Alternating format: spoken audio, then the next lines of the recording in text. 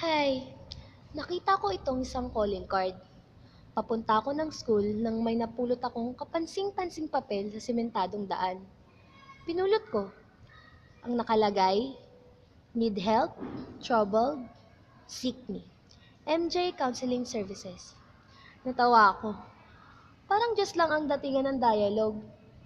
Parang pag lumapit ako, masusolusyonan lahat ng problema ko. Tsaka, hindi ba kapag counseling advice lang ang binibigay? Yun nga yung pinagtataka ko eh. Bakit may mga pumipili ng course na to at nag-aaral ng 4 na taon para lang matutong mag-advise sa isang tao? Hmm, pwede pa lang maging expert doon. Ako nga pala si Max Payne, pero mas kilala sa tawag na Payne. Lagi daw kasing troublemaker. Kababae kong tao, pero ako yung nangunguna sa mga awayan sa tapat ng school. Kasali kasi ako sa isang sorority. Kaya kapag may kaaway yung kabrad ko, sugod agad.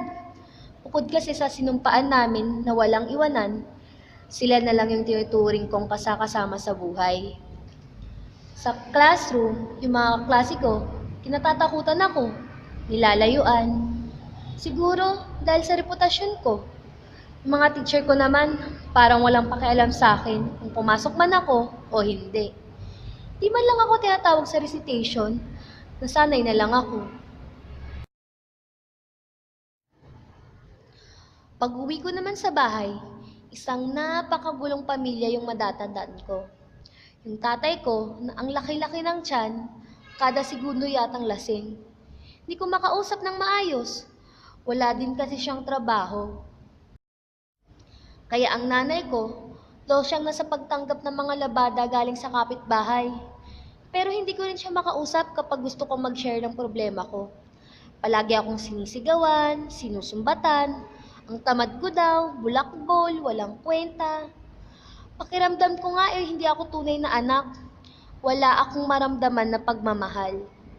Kapatid ko lang yung pinapansin nila eh. Scholar kasi. Siya daw mag-aahon sa amin sa kahirapan. Parang prinsesa yung turing sa kanya. Lahat binibigay, kahit di na kasya sa budget. Pati pamasahe ko nga binibigay eh. Kaya minsan, pumapasok ako ng walang pera. Basura lang naman palagi yung tingin nilang lahat sa akin eh. Patupan daw yung direksyon ng buhay ko. Pero hindi naman ganun eh. Kaya lang naman ako sumali sa sorority ay dahil gusto kong may pumansin sa akin. Gusto ko lang na may tumatanggap sa akin. Yung makikita kung sino ba talaga ako. Isang taong nangangailangan ng kasama. Kasi pakiramdam niya palagi siyang nag-iisa. Pero mas lalo yata akong napasama nung sumali ako doon. Lalo nila akong nilayuan. Sawang-sawa na ako makibagay. Kailan kaya mangyayari na hindi ako mangangailangan ng ibang tao para lang magkaroon ng approval? Kailan ko matatanggap ng buo yung sarili ko kahit madami akong hindi magagandang naririnig galing sa ibang tao? Pagod na ako. Dahil na rin siguro sa kapagurang to, kaya napag-isipan kong patulan tong nakita kong calling card. Bilang isang guidance counselor, naniniwala ako na likas mabuti ang lahat ng tao. Ano pa man ang kanyang nakaraan at gaano man kagulo ang kanyang paligid. Hindi ito makaka-impluwensya sa kanya na maging masama at mawala ng pakialam sa mundo. Kailangan lang niyang malaman na buo siya bilang tao, na hindi niya kailangan magpadikta sa mga naranasan niya. Kaya niyang kontrolin ang sarili niyang buhay. Ang ganito kong pananaw ay impluwensya ng humanistikong perspektibo ng tao. Sa lahat ng napag-aralan kong teorya, ito ang isinasabuhay at ginagamit ko sa mga kliyente ko. Pagpasok ko pa lang, nakangiti na agad siya. Ito yung pinakaunang genuine na ngiti na nakita ko sa buong buhay ko. Inimbitahan niya akong umupo na para bang isa akong bisita na kanina pa niya hinihintay. Nakaramdam ako ng kasama sa isang taong ngayon ko lang naman nakilala.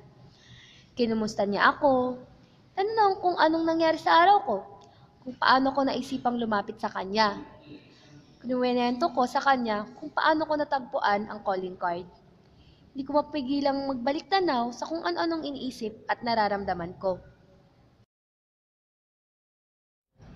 Gusto mong maramdaman na anak ka rin nila. Oo, tama, nakuha niya. First time to na may nakaintindi sa akin. Mas komportable pa akong magkwento sa kanya tungkol sa pagkukunwari at pakikibagay sa mga taong nakapaligid. Sa lahat ng pinagdaanan mo, anong nararamdaman mo ngayon? Napapagod na ako. Lagi na lang akong nakikibagay. Gusto ko nang dumating yung oras kung kailan matatapos na tong nararamdaman ko. Gusto ko nang sumuko sa buhay. Lagi na lang bang malungkot ang mga nangyayari sa buhay mo? Hindi. Humihinga pa naman ako. Maayos ang pakiramdam ko. Nagagawa ko kung ano ang gusto ko. Kahit na wala akong maramdamang atensyon galing sa mga taong nakapaligid sa akin, at least, hindi nalilimatyahan yung mga iniisip ko. Bakit hindi yan ang gawin mong dahilan para mabuhay? Oo nga no, hindi ko kailangang dumepende sa ibang tao para lang umunlad ang sarili ko. Kaya ko namang i-maximize ang sarili kong potentials. Hindi ko kailangang malungkot o questionin ang buhay ko sa tuwing may humuhusga sa akin. Dahil buo na ako bilang isang tao. Ako ang magdidikta sa buhay ko base sa mga iniisip at ginagawa ko. Isipin na nila lahat ng gusto nilang isipin. Basta ang mahalaga, kilala ko ang sarili ko. Tanggap ko kung sino ba talaga ako.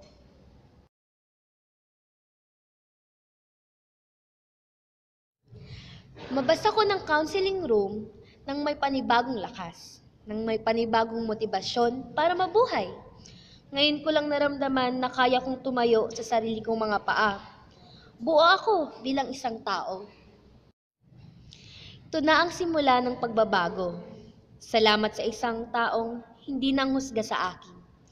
Tinanggap ako, inunawa, at binigyan ng bagong pag-asa.